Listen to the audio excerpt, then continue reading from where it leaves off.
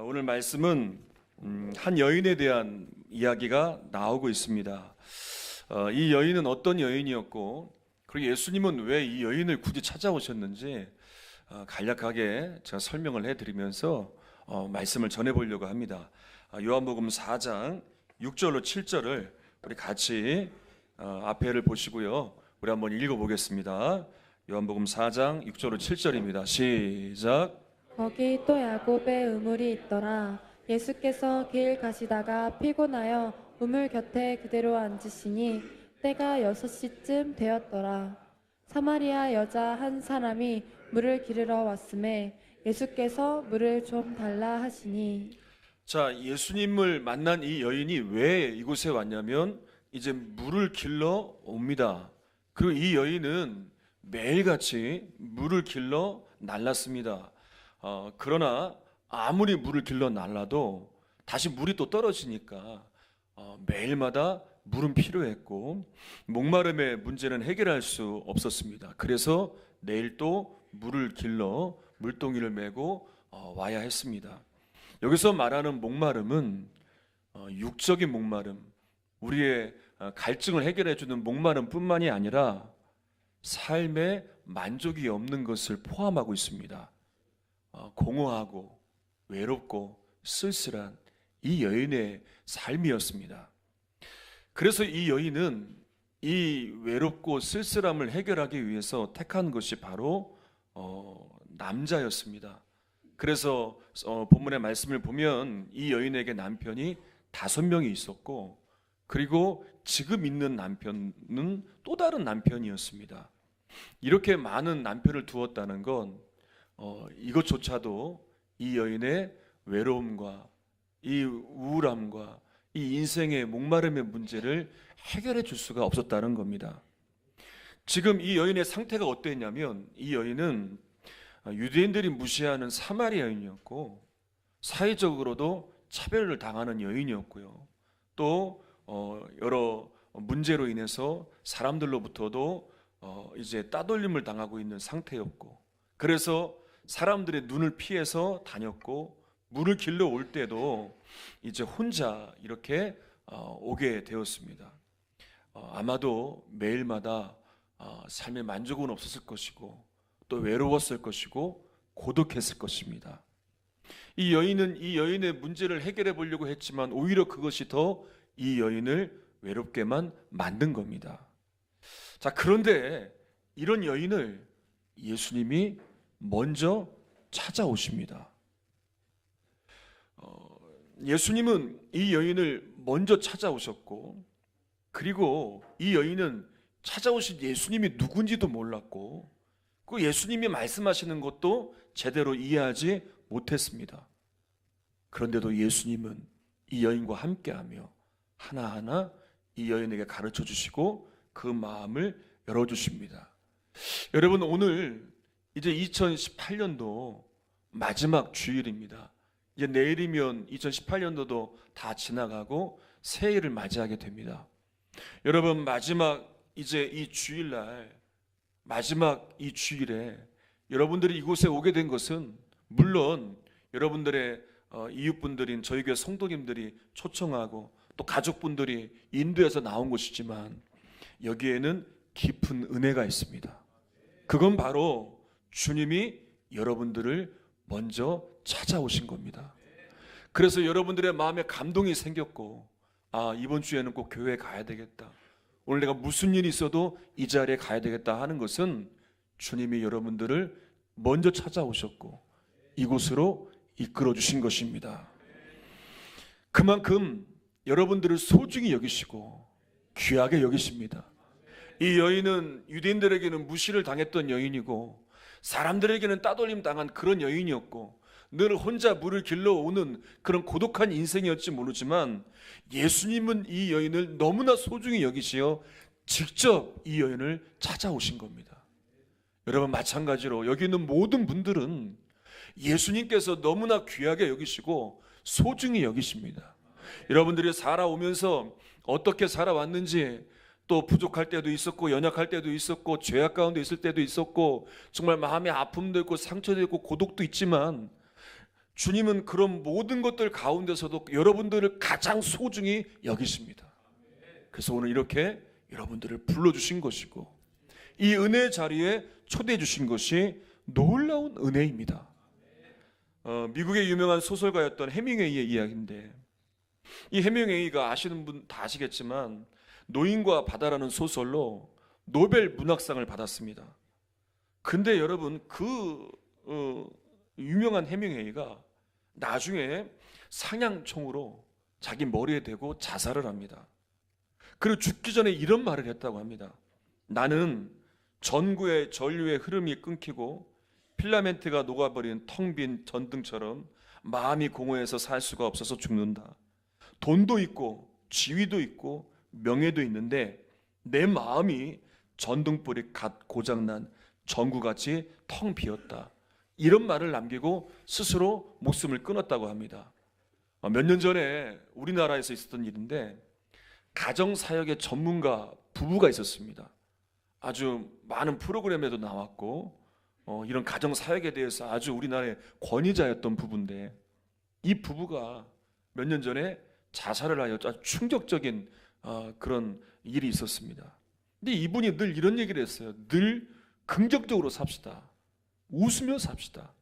누구도 이분들에 대한 삶이 그렇게 힘들 줄은 몰랐어요. 그런데 그 이면에 엄청난 고통이 있었더라고요. 평소 심장질환을 알아오면서 고통 가운데 겉으로는 웃으며 삽시다. 가정이 회복되어야 됩니다. 그렇게 겉으로는 이야기하고 다녔지만 정작 본인들의 이 우울함, 이 고통의 문제, 이 마음의 심각한 아픔들을 해결받지 못하니까 이 부부가 함께 죽음을 택하게 된 것입니다. 여러분, 정말 가장 무서운 게 뭐냐면 내 마음이 외로운 겁니다.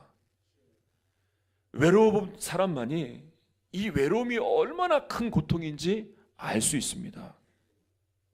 많은 것을 가지고 있는데도, 돈도 있고 지위도 있고 명예도 있고 가족도 있고 살 집도 있는데 내 마음이 외로운 것, 내 마음이 공허한 것, 여러분 이것을 신앙적인 용어로는 영적 갈망이라고 합니다. 여러분 이게 해결되지 않으니 우리는 많은 것을 가졌다 한들 다 주어져 있지만 이 마음의 고통, 영적 갈망이 해결되지 않아서 그렇게 삶이 공허한 때를 지날 때도 있습니다. 근데 여러분, 이 마음의 공허함, 이 영적인 갈망을 해결해 주실 유일한 분이 계십니다. 바로 예수님이십니다.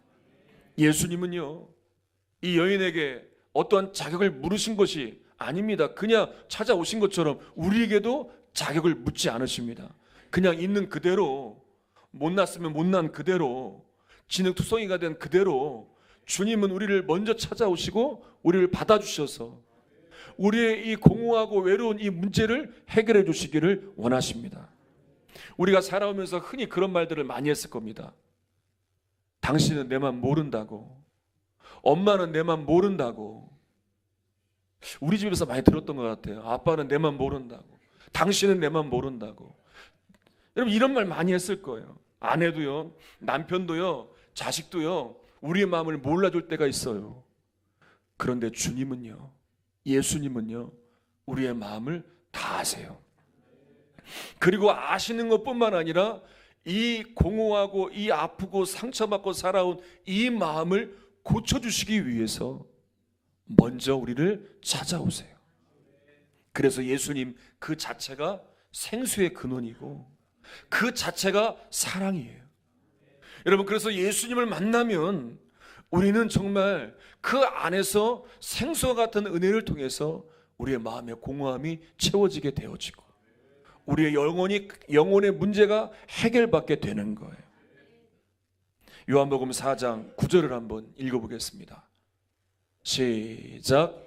사마리아 여자가 이르되 당신은 유대인으로서 어찌하여 사마리아 여자인 나에게 물을 달라 하나이까 하니 이는 유대인이 사마리아인과 상종하지 아니함이로라. 자, 예수님께서 그냥 오셔서 이 여인의 문제를 바로 드러내시고 고치신 게 아니에요.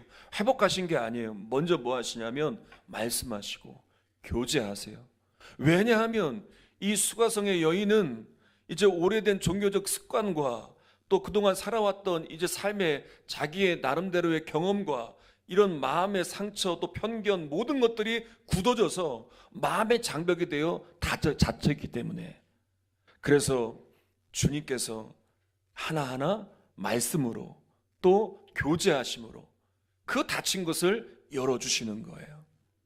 그래서 그 장벽을 허무시어 이 마음의 회복을 주시고 구원의 역사를 이루어 주시는 거예요.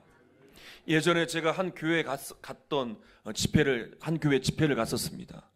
거기에 이제 집회를 마치고 한 중년 가까이 된 남자분이 집회가 끝났는데도 계속 통곡을 하며 눈물을 흘리는 거예요. 정말 너무나 정말 막 흐느끼며 우시길래 제가 잊지 못하고 그 다음날 이제 목사님이 전화가 와서 그분에게 물어봤어요. 어떤 일이 있길래 그렇게 눈물을 흘리시냐고. 근데 그분이 그런 이야기를 했대요. 그날 이제 기도가 끝나고 이 목사님을 찾아와서 나 같은 사람은 하나님은 나를 사랑하지 않는다. 저런 사람들은 사랑하는데 다른 분들은 저렇게 사랑하는데 나는 하나님께 버림받았다. 나 같은 사람은 하나님은 사랑하지 않을 거다. 그렇게 생각을 하고 매일 우울하게 살았다는 거예요. 그런데 집회 때에 전했던 말씀이 사랑에 대해 전했거든요. 그러면서 하나님께서 여러분들을 사랑하십니다. 예수님이 여러분들을 사랑하시기 때문에 이 땅에 오셔서 십자가를 짊어지신 것입니다. 그게 사랑입니다. 그 설교를 했어요.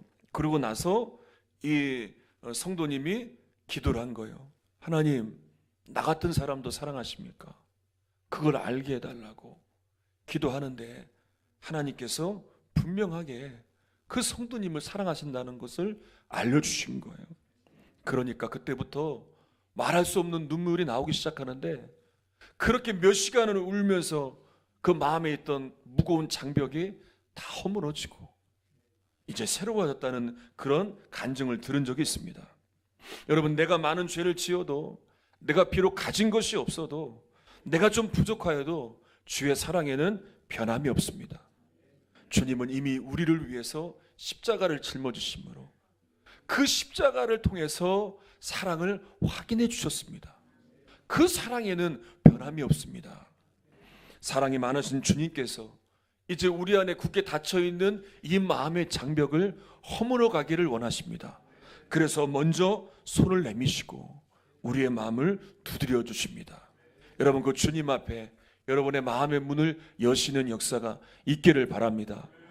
자, 또 우리 요한복음 4장 16절의 말씀을 한번 읽어보겠습니다. 시작. 이르시되 가서 내 남편을 불러오라. 자, 예수님께서 이제 말씀을 하시다가 갑자기 뜬금없이 내 남편을 데려오라.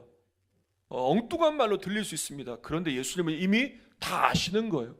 이 여인이 왜 이렇게 마음의 장벽이 가득하고 왜 이 여인의 영적인 목마름을 해결받지 못하는가, 그 문제를 직접적으로 꺼내주셨어요. 바로 그 마음을 짓누르고 있는 문제의 핵심을 해결해 주시기 원했던 거예요. 여러분, 주님은요, 우리에게도 마찬가지로 그 문제를 가지고 나오라고 말씀하세요. 내 마음에 있는 외로움과 슬픈 현실, 마음의 상처, 의심, 불신, 삶에 가득한 그 문제들, 질병들, 이 모든 문제를 나 혼자 끙끙거리지 말고 주님 앞에 가지고 나오라고 하세요. 여러분, 사람들에게 내가 갖고 있는 문제들을 이야기한들 누구도 내 문제를 해결해 줄 수 없습니다. 그러나 주님 앞에 내 문제를 내어놓고 말씀드리면 주님은 그 문제 가운데 주님이 역사해 주시고 주님이 응답해 주심을 기억하시기를 바랍니다. 그럼 왜 주님이 응답해 주시는가?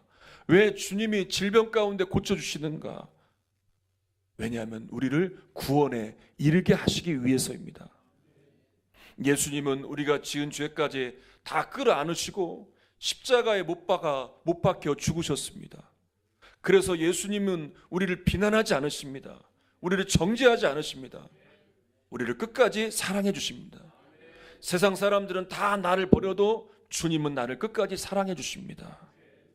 그래서 이 은혜를 누리기 위해서는 먼저 내 안에 주님과 나를 가로막는 가장 큰 문제를 주님 앞에 내어드려야 합니다.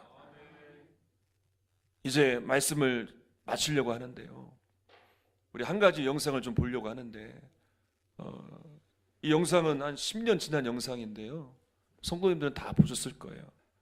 우리 이지선 자매라고 지선아 사랑해라는 책을 써서 많은 사람들에게 힘을 주었던, 지금은 대학교 교수가 되었더라고요. 그때는 여대생이었는데 대학교 시절 때 교통사고를 난 거예요. 이제 음주운전을 하는 그 차에 사고가 나서 차가 불이 나버렸어요. 그래서 오빠가 운전을 했는데 오빠는 이렇게 나왔는데 나오질 못해갖고 온몸에 화상을 입어서 한 50% 이상 화상을 입어서 수많은 수술을 하고 손가락도 이렇게 잘라야 되고 얼굴도 뭐 흉측한 얼굴을 갖게 되었고, 그 꽃다운 나이에 엄청난 고통을 당한 거예요. 그러는 가운데 주님의 사랑을 경험해요. 나 같은 이런 사고 가운데, 이 몰골이 이런 상황 가운데서도 주님은 나를 사랑하시는구나, 그게 믿어지니까, 그럼 내가 이런 몰골을 가지고 뭘 할 수 있을까 기도하는 가운데, 너같이 그렇게 힘들어하는 사람들, 고통 가운데 무너져 사는 사람들, 그런 사람들에게 힘이 되어줘라 라는 응답을 받고 그러기로 결심한 거예요. 바뀐 건 없어요. 외모도 그대로예요. 온몸이 다 흉측한 얼굴이에요. 손가락은 잘라졌어요. 그런 몰골을 가지고 살아가지만 바뀐 게 있어요. 그 마음이 바뀌었어요. 그 마음이 바뀌니까 정말 많은 사람들에게 힘을 주고 소망을 주는 일에 지금까지도 쓰임받고, 그리고 그 몸을 가지고 미국으로 유학을 가서 그 어렵다는 이제 학업의 과정들을 마쳐서 이제 지금은 10년이 지난 지금은 한 대학교의 교수가 되어서 더 큰 영향력을 발휘하고 있더라고요. 그 자매 영상을 잠깐 보겠습니다.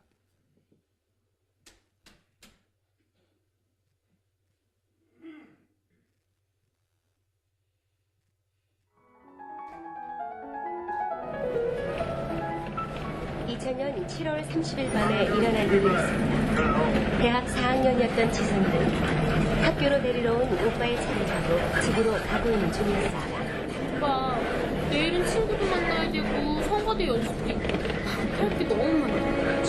너 시험시험해. 어디서 사고 났나 보네? 그러게? 지선아! 지선아! 지선아! 나좀 불러주세요! 구급차! 한 음주운전자가 낸 사고였습니다. 만취된 상태에서 운전하다가 지선이가 탄 차를 들이받은 것입니다. 다행히 오빠는 무사했지만 지선이는 온몸의 반 이상이 3도 화상을 입게 되었습니다. 처음엔 살 가망이 없어 보였습니다. 사고 후 7개월 동안 무려 11번의 대수술. 지선은 처음엔 딱지가 떨어지면 원래의 얼굴로 돌아갈 줄 알았습니다. 그러나 더 이상 곱던 예전의 얼굴은 찾을 수가 없었습니다.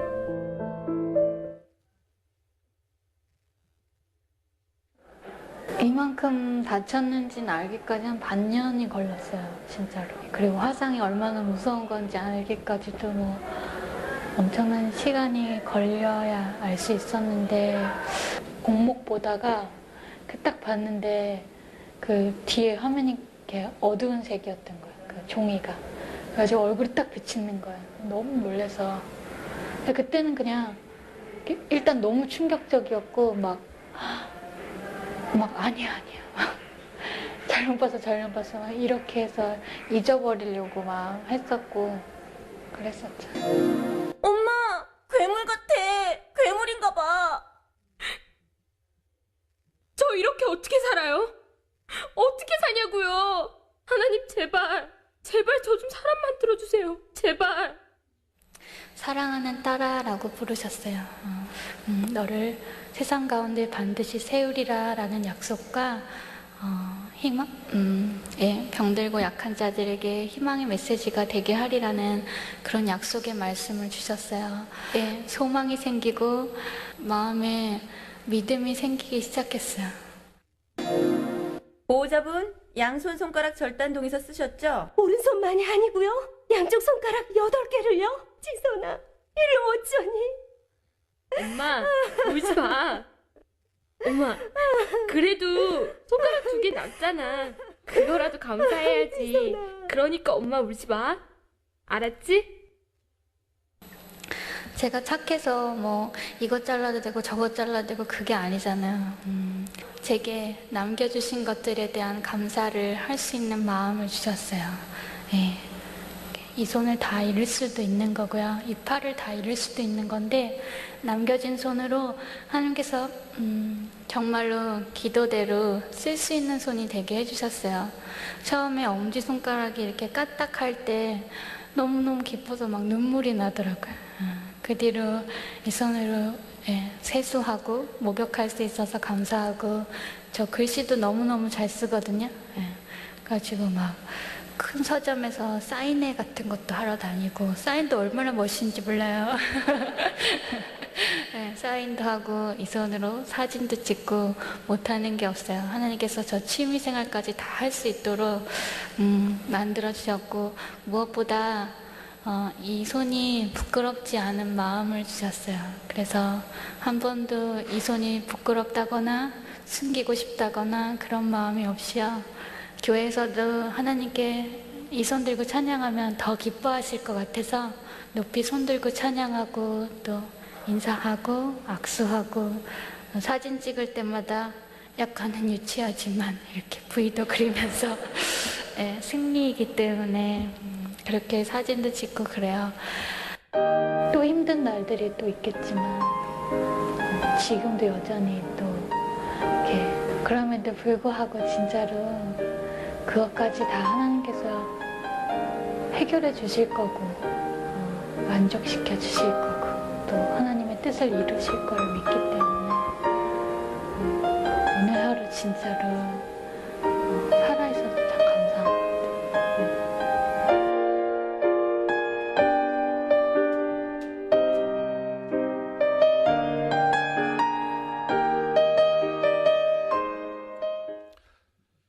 영상에서 본 바와 같이 이게 10년 전 이제 사고 나고 책을 쓰고 얼마 안 됐을 때 찍은 영상인데, 지금은 정말 더 영향력 있게 한 대학교의 교수가 되고 또 많은 강연과 또 정말 뭐 전국뿐만 아니라 세계 곳곳으로 다니면서 많은 사람들을 위로해주고 힘을 주는 그런 일들을 펼쳐가고 있는 것을 볼 수 있습니다. 여러분, 주님의 사랑을 경험하면 여러분, 우리 마음만 이렇게 바뀌어도 우리의 앞으로의 인생에 정말 놀라운 삶들이 시작이 됩니다. 여러분, 다 바뀐 것은 하나도 없어요. 사고 난 그때 그 모습, 물론 수술을 하고 하면서 좀 더 이렇게 보완은 했지만 여전히 그 남아있는 이제 상처의 모습들은 여전히 남아있고 회복할 수 없는 여러 가지 육신의 연약함은 있지만, 그러나 마음은 완전히 달라졌어요. 이런 모습이지만 주님이 나를 통해서도 하실 일들이 있다는 것을 믿고 주의 사랑을 경험하고 주의 은혜를 붙들고 살아가니 더 이전보다 더 영향력 있는 삶을 살아가게 되고 있는 것을 보면서 저 또한 많은 도전을 받았습니다. 여러분, 주님이 우리의 마음을 붙들어 주세요. 주님이 우리의 마음의 모든 문제를 안아주시고 회복하기를 원하세요. 왜냐하면 이유는 하나예요. 주님이 우리를 너무나 사랑하시기 때문이에요. 주님께서 여러분들에게 손을 내미시고 여러분들의 마음을 두드리실 때 여러분의 마음의 문을 열고 그 주님의 사랑과 주님의 은혜를 경험하시기를 바랍니다. 우리 한번 뭐 아시는 분도 있고 모르시는 분도 있겠지만 우리 앞에 나오는 찬양 어렵지 않을 겁니다. 금방 배울 수 있으실 거예요. 한번 가사를 보시고 따라하면서 우리 같이 한번 불러보겠습니다.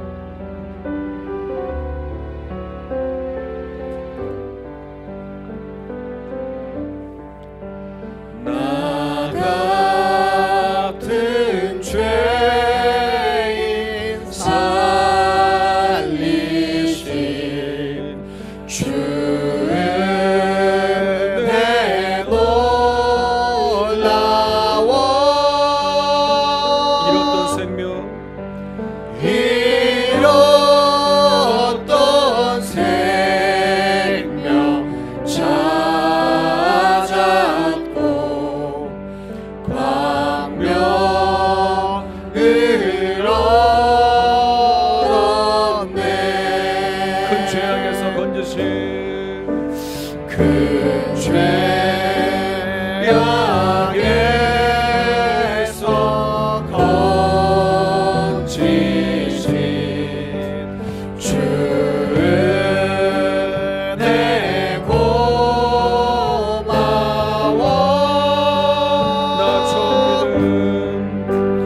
나 처음 믿은 그 귀하고 귀하다 귀하고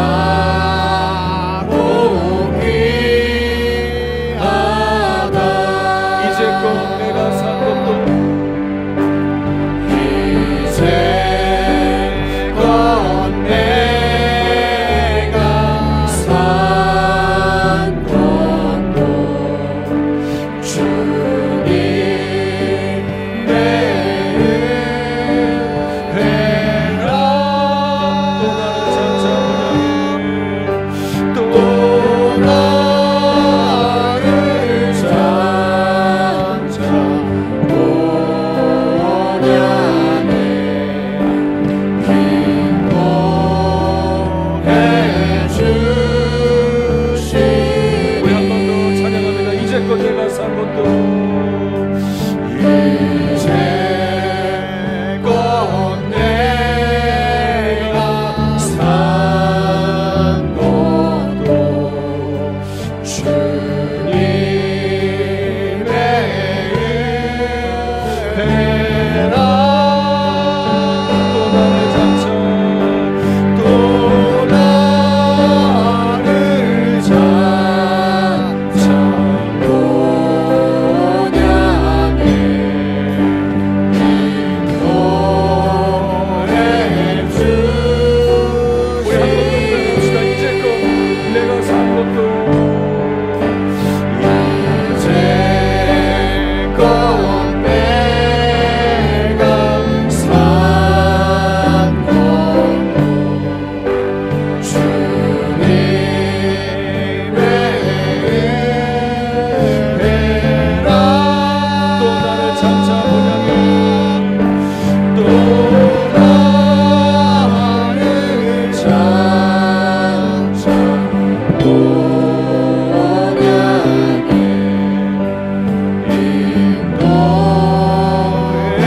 인도해 주시리 여러분 한번 눈을 다 감아보시기를 바랍니다. 눈을 잘 감으시고 제 이야기를 잘 들어보시기를 바랍니다. 우리 말씀을 들으시면서 여러분 마음에 조금이라도 감동과 깨달음이 있을 줄 믿습니다. 이 시간에 여러분들이 마음속으로 기도하면서 결단하시기를 여러분들의 문제들이 있을 거예요. 그게 어떤 문제든 우리 가정에 있는 문제든 삶에 있는 문제들 또 나의 질병의 문제든 어떤 문제든지 간에 나의 외로움의 문제든 무슨 문제든지 간에 주님께 이 시간 다 내어놓으시기를 바랍니다. 주님 제가 이 문제를 내어놓습니다. 주님 이 아픔을 내어놓습니다. 이 외로움과 고통을 내어놓습니다. 여러분 마음속으로 그렇게 주님께 내어놓기를 바랍니다. 그리고 나서 또다시 결단할 건 무엇이냐면 여러분들이 계속해서 마음속으로 주님 나에게 오시옵소서, 주님 나를 붙잡아 주시옵소서, 이 시간 주님의 사랑을 경험하기를 원합니다. 주님 나를 만나 주시옵소서. 그렇게 마음속으로 계속 주님을 찾고 부르시기를 바랍니다.